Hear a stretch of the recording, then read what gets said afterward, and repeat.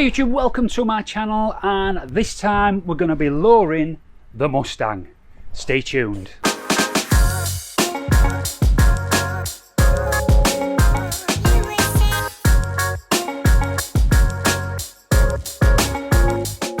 Don't forget, if you're not already, then please hit that subscribe button and subscribe to this channel for more videos like this. And if you do like this one, then don't forget to give me that thumbs up. All helps with those YouTube stats. Still aiming for that 1,000 subs in the next month or two. We're on track for it. So please hit that subscribe button to help me out.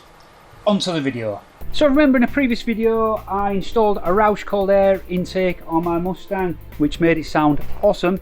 And I bought that with a load of other bits, and a box of those bits were lowering springs for my Magneride Mustang GT 2021. So if you're thinking of lowering your Mustang and it is a Magneride, even if it isn't, this will still be beneficial to you, because Magneride's just got a couple of extra bits involved with some wiring, but apart from that the process is identical for Magneride and non-Magneride cars.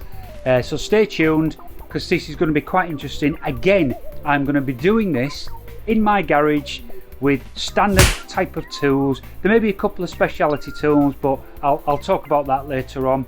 But predominantly it is just basic tools in a garage. So talking of tools, what I've gone and done, I've gone and tricked myself, and I bought these. They're not the massively expensive ones. These are the 2-ton ratchet axle stands. So they're the ones where you can lift them up and the click, click, click, click, click, click. You can get many different positions, as opposed to the old ones I was using, which had a pin in. It's a bit of a pain. So these are going to be much easier when I'm jacking the car up. And that is a low profile trolley jack. Again, it's 2 tons. Even though this car weighs about 2 tons, I'm not lifting the whole car up just on the jack. So you don't need more than 2-ton jack or axle stands for a car like this, because I'm going to have the whole weight of the car will be held on 4. So there's 2 stands in each of these, so I've got 4 here. The whole weight of the car will be held on 4 stands, which are going to share the whole weight of that car. So you don't need any more than 2 tons for this. I think all of this was just under £100 from Halfords, but they had a special offer on with a 10% discount, so that was great. So yeah, it would have been over 100. But if you look on the actual website, then it will show you these. But let's unpack these, let's have a look, and I'll show you what these are like. Ooh, sneak quick peek just before I do that. Look what I bought here. These are 4 new wheels for my Audi S5. I'm not going to show you them at the moment because I do need refurbishing, and we'll get to that in a future video, so stay tuned for the RS5 upgrade to my S5. Back to the unboxing. So let's have a look at this first box. So these are the 2-ton ratchet axle stands, Halfords Advanced. So let's have a look what you get in the box. Oh, they're quite heavy, so they're nice and sturdy.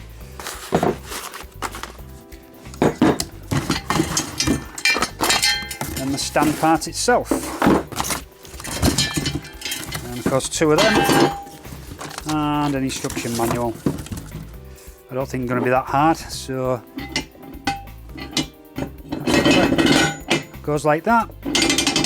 You can lift that up, which is really nice, and then once you've got the height that you want, then you've got the locking pin which can go through and make sure it never leaves that height, so that won't go up or down then. So to lower it, you just lift up the handle and then it'll go all the way down like so. Much easier than messing around with my other ones where you have to put the pin in and the locking part on it, etc, etc. So yeah, brilliant. And the next new toy is this, again, Halfords Advanced 2-ton low profile trolley jack. Let's see what we've got here.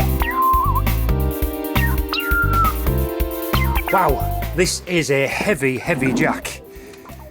It's got really nice wheels on it, and it's got like a proper handle where you do the old twisty thing to let it down, I think, or maybe it's that pedal. Let's have a look.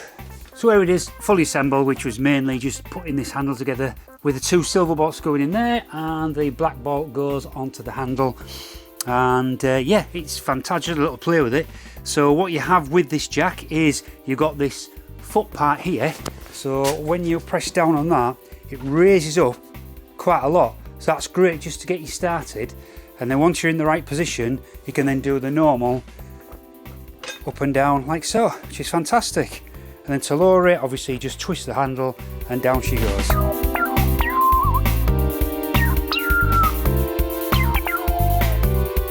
Way better than my previous one. Okay, so now I've had my fun messing with my new toys, so let's go and talk about what we're doing in this video. So here we are, these are my Ford Performance lowering springs, and yes, they are second hand, but I was assured they was only on the car for 3 to 6 months. So obviously you've got the 2 rear springs and the 2 front springs. So we'll get started. What I'm going to do is measure from the wheel arch here down to the top of the centre cap, just to see what the height is at this moment. So that is 381 millimeters. Now these lowering springs are supposed to give you a 20mm drop, so that should go to 361 when we're finished. So that's the back wheel. Let's go and measure the front. So here we are at the front. Let's do the same measurement again. This time that's 374. So 374 at the front. So I said at the beginning that you're going to need some specialist tools, and these are the specialist tools you're going to need for this job. So number one, you probably don't need this, but it's going to make life a lot easier. A nice impact driver. I had a good Christmas, so I treated myself and I bought myself this kit. It's a Ryobi, but yeah, it should do the job. That should be no problem. So we've got that. You're also then going to need some spring compressors. So that's these here, because when you set the front springs off, you're going to need to compress them down to actually remove the spring off the shock mount. And then when you put it all back together again, you're going to need a torque wrench. So I've got this one here.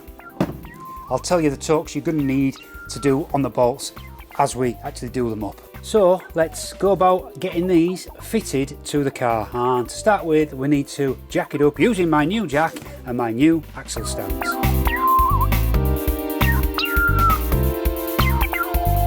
So let's now gun these wheels off, so I'm going to need access to get the spring out from behind the wheel.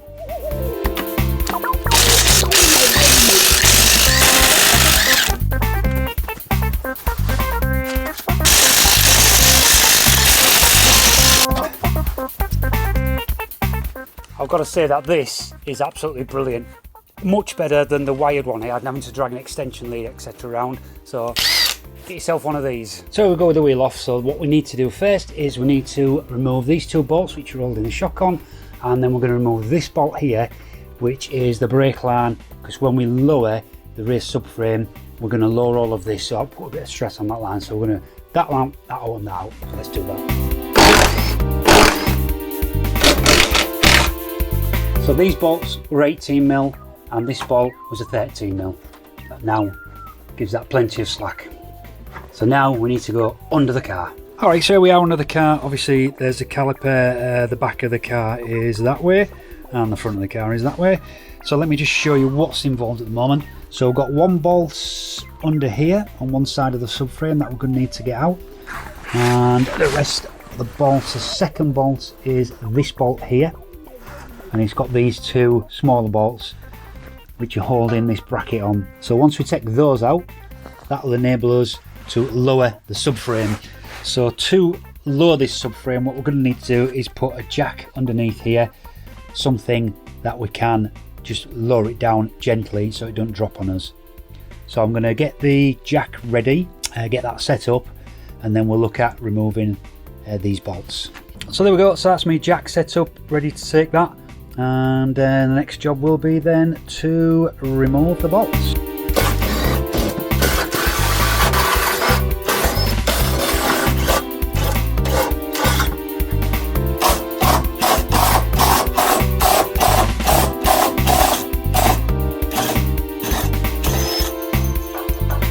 So that's the bolts now out, and the subframe is now held by the jack. So the bigger bolts, they were 21mm, and the 2 smaller bolts holding the bracketing over there, they were both 13mm. So what we need to do now is just lower the subframe, and then we should be able to get the spring out from outside of the vehicle. Okay, so I've googled many ways of doing this job, and all of them just show you popping this spring out after they've lowered the subframe. I'm telling you now, it is not that easy. So let me show you what I've got rigged up to do this. So where the bolt was under here, to support the subframe, I put in these 2 pieces of wood which I can use as a lever to push down the subframe to allow the spring to release. Now, it is a pain, don't get me wrong. What you're going to need to do is, let me just get a bit more light in there. So if we take a look at the spring itself, it's mounted inside this rubber piece here. So what you want to do is, you should have, the spring should be fairly loose, but it's actually, oh, light's in your way, wait a minute. Just don't want to bend that pipe. Alright, let me get in there. There we go. So this bit here, where the spring comes to the rubber stop, what we need to do is push the rubber stop round to basically unwind the spring off that rubber stop. That gives you a little bit more slack. Okay? Keep this label or the end of the spring here. That means the lower part of the spring is there, which allow you to go under that bit that's sticking out. So what I'm now going to do now is push down on here to give some leverage to push the subframe out of the way, and then that should allow me to tilt the spring that way, and then I should be able to wangle it out of the hole there.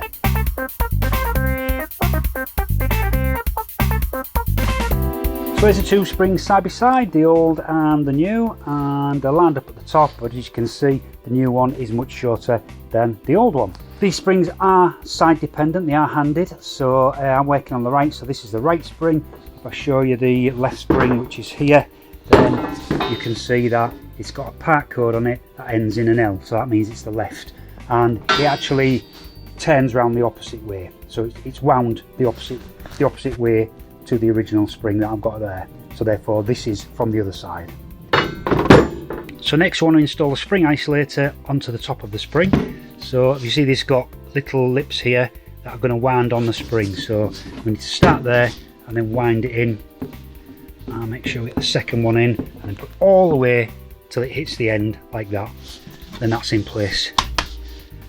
That's now ready to go reinstall back on the car. So I'm hoping that this one pops in a bit easier with it being a bit shorter, but let me use the same method. I'm going to press down on this to push down the subframe so I can get the spring in from the front, through the gap there, and then down into the slot.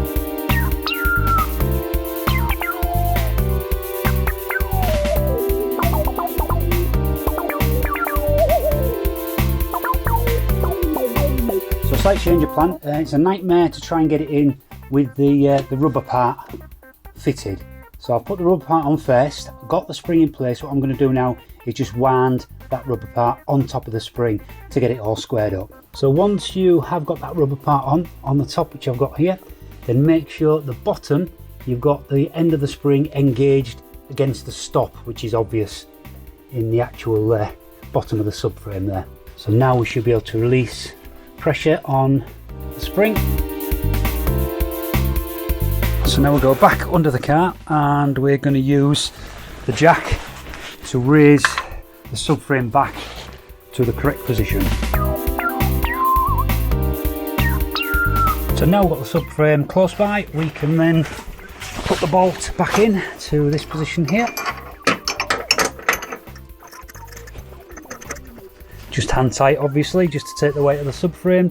Now put the plate back in position and just hold it with one for now. Let's get the other one in as well, which probably can, yeah. And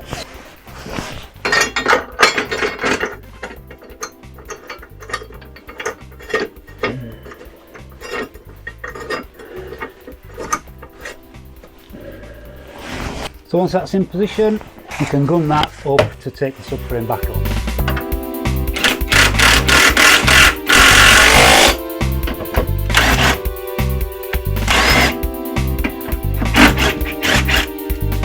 Then we can gun the other one back in.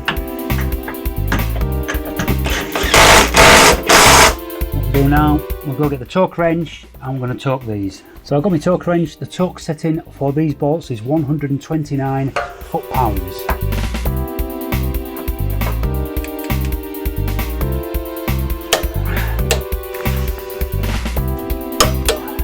Then just make sure these ones are tight.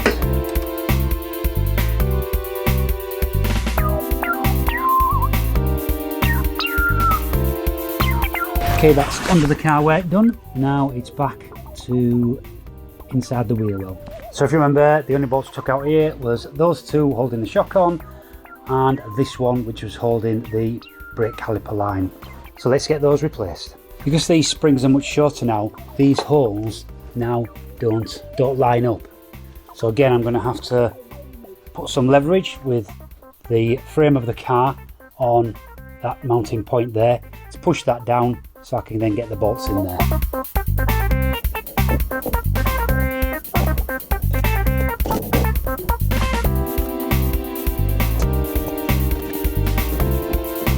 So that's this side successfully done. I've learnt a couple of tricks that I need to use when I go do the other side. So I'm going to go do the other side. Next time you see me, we'll be looking at the front.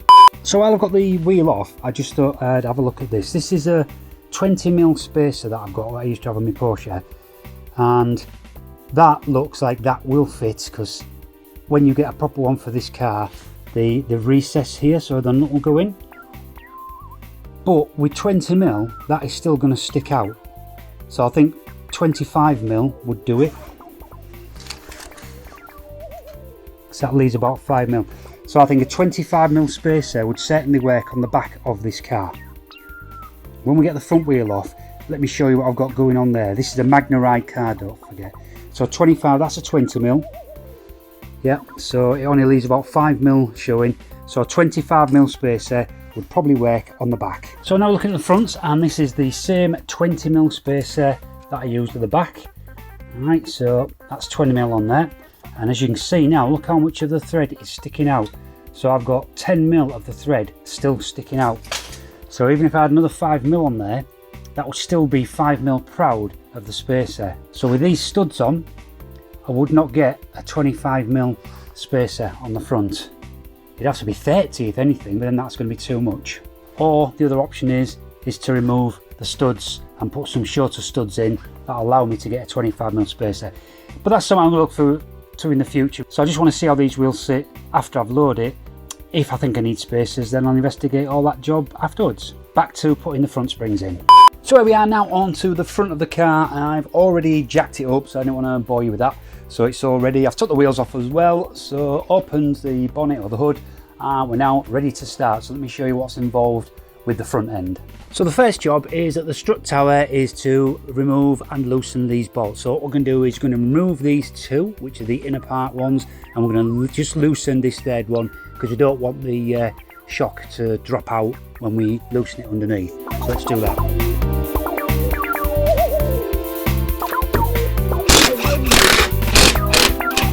Okay, so that's ready to go. So now it's down to inside the wheel arch.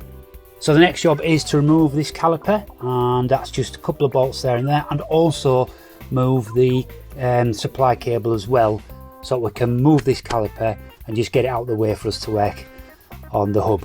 So I was on 15mm socket, not 13, so it's 15 for the calipers and 15 for the shock towers at the top.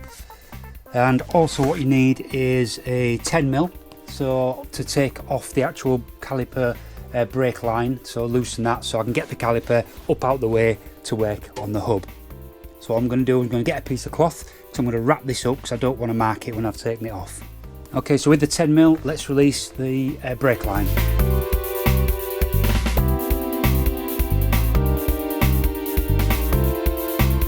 That was the toughest nut I've ever taken off for a small little nut. So now we're going to release the two bolts at the back of the caliper, wrap it up and stick it on here out of the way. So I'll have to move the light.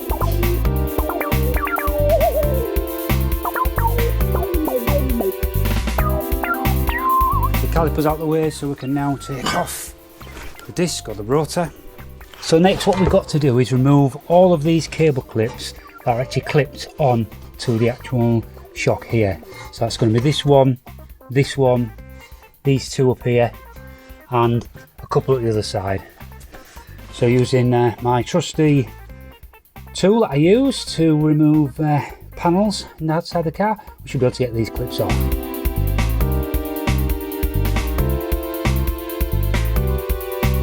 And then on the other side what we have is this Magneride plug here, so we're going to need to unplug this Magneride connection. So to get the Magneride clip out, if you go to that bit there and just lift it up, then it should just come out easily.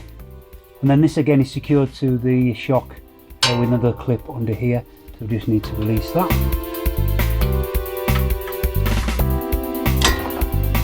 So as we're going to be lowering this hub to get the shock out, what we're going to need to do is, this is a Magneride sensor here, so we're just going to release that there, so we take all the stress so we don't break this, because they are quite plasticky, so it will take that off there and just release the stress on that. So the one last part to remove now is this sway bar linkage here. So for the sway bar, you're going to need a 17mm wrench at the back and an 18mm deep socket for the front. You should now be able to gun this off. And at that point now, everything is released from the shock, so now we should be able to loosen this and get this off. So once you've loosened the two main bolts, you just need to get them to the end of the thread like that, because what we need to do is hit these with a hammer. Because on the other side here, these are spline shafts that go in to stop them spinning. So tap with the hammer on them, you should pop these out.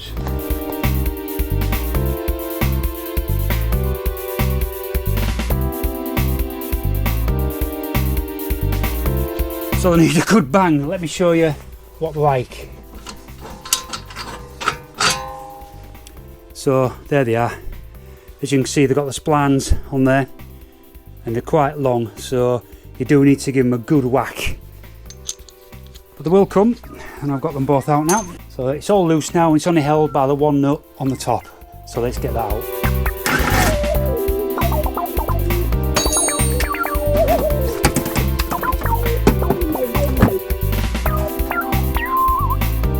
So we've now brought it to the bench, and what we need to do is to get this spring out. Now this spring is tight in here, so we need to use the spring compressors to just bring this down a bit so we can take the nut off the end and get the cap off. So let's use the spring compressors to do that.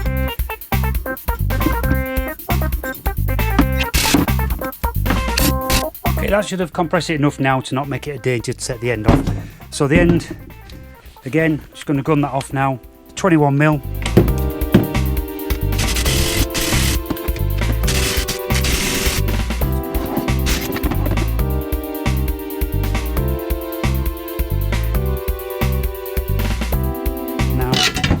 Spring itself is off. So I just show you the difference in height there. So a massive difference in height on those. But I think this gets compressed easier than this one. So let's reinstall the new spring onto the shock.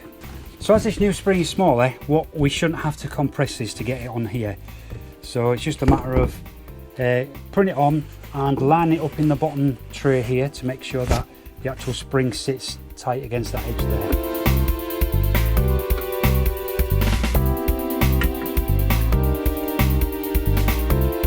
So then replace this.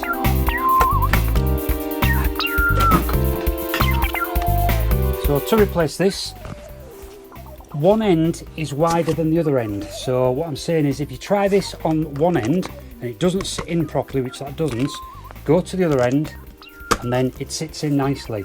So that's the way this spring needs to be installed.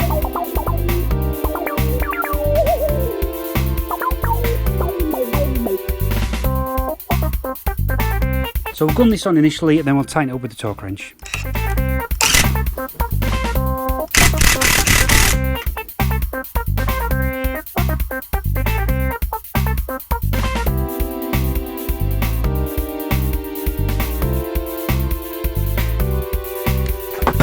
Okay, a bit of a pain getting this up to torque, but I just put it on the floor. I'll show you what I did. So I put it on the floor like that. So my screwdriver jams that from going round, hold this and then press down on that. Tried it on the table, it nearly shoved my screwdriver through the table. So that's now tightened down to torque. So what we just need to do now is just get this cover back on. she's ready to go back on the car.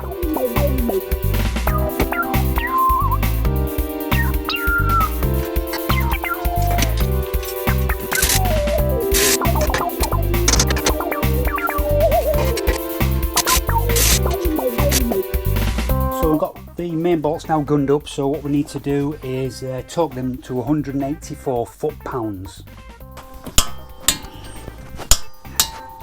And the torque setting for the sway bar drop link is 85 foot-pounds.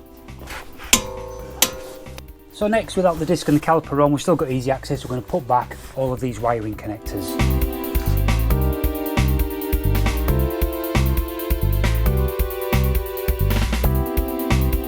So next we're going to tighten these ones up, and these have got a torque setting 46 foot-pounds.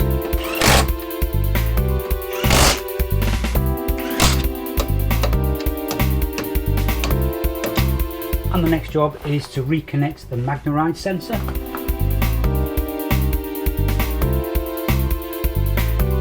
And the next job is to get the disc and the caliper back in place.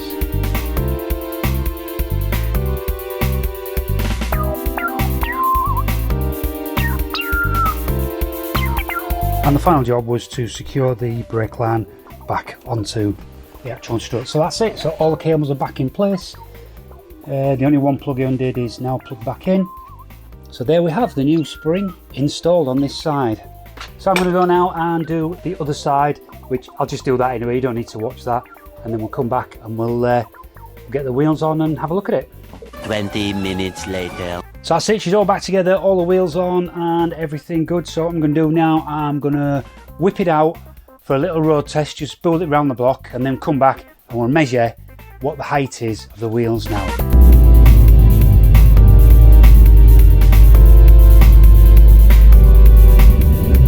So here we go, just going to whip it around the block, just make sure that nothing's rattling and everything seems good, and also to get the suspension to settle down so I can go back and measure it. All feels good at the moment. I've got no warnings on the dashboard, so hopefully the Magneride's all sorted. A few moments later.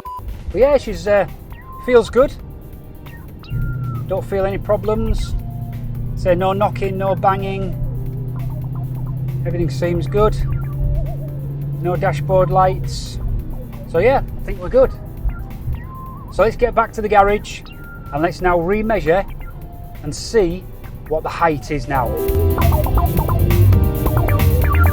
Alright, so let's now measure the distance between there and there. And we're looking at 345. Well, before we actually load it, it was 381. So that's a difference of 36mm lowering. So that's pretty good, didn't expect that. He said about 20, so I've got a 36mm lowering here. So now let's go check the front. So we're out at the front. So if you remember previously, the fronts were 374 the height. So let's see what it is now. And that is 338. So 338. So that's a difference of 36mm at the front. So that's 36 at the back and 36 at the front. So that's pretty good going. It's loaded quite well. I'm well happy with that. So that's brilliant. So check it out. Yeah, there's barely 2 fingers in there, but it's led on to the next problem is, which look how far the wheel sits inside the actual wheel arch. So I think I'm definitely going to need some spacers on the front. The back is not too bad. I mean, I'm not sure you'll get away with a 20mm on there really, because it's not that far in. I don't know what the low is. The low that the tyre has to be inside the wing, or is it the wheel? I'm not sure. I have to talk to MOT7 and have a word with Colin and just see what he says the low is for the MOT, etc. But yeah, definitely need some wheel spacers on the front. Maybe probably 20-25mm I think on the front there, and maybe 10mm on the back. But that's for a future video. Oh, well pleased with this is ace now, so that definitely was worth lowering, definitely worth buying those springs, and definitely worth installing them yourself, because it looks absolutely fantastic. It's just got it at the right height I think for me now. I mean, take a look at these front wheels, how they fit nicely inside the wheel arch. and the same with the back wheels. They just fit absolutely perfect in there now, apart from the spacers which I've mentioned. So that's it, that's one big job I had on the cards for ages to get done has now been completed. My car has now been loaded with the Ford Performance lowering springs. As I said earlier in the video, I got these in a bundle with some other stuff on, so I can't really put a price exactly what I paid for these. They were second hand, but I'll put a link down below to Nemesis UK. They're actually selling these exact same springs for £400, so you can get them from there if you so wish, if you want the exact same springs as these. But they've proved, there you go, that you can actually do this in your garage. You need a couple of tools to do this. There's a few sockets, you need some deep sockets, especially that 18mm one. You need that to take the hub to shock tower bolts out. So an 18mm deep socket is needed for that. The gun is, the ratchet gun is always going to be a fantastic tool to use. The torque wrench, absolute necessary to torque all those bolts up to spec. But it's not too much, because once you've got those tools are going to last you for ages. You're going to use them on all sorts of projects you do on your car. But you can do this in your garage with axle stands and just a few basic tools. So that's it. Thanks again for watching. If you do like videos like this, and please subscribe to my channel. And if you did like this particular video, please give me that thumbs up. All helps for YouTube stats. Still aiming for that 1,000 subs by March. It's just the beginning of February now, so I'm nearly there. I'm getting there slowly. So come on guys, please subscribe if you haven't, and that really helps me. Thanks again for watching. Till the next time, take care.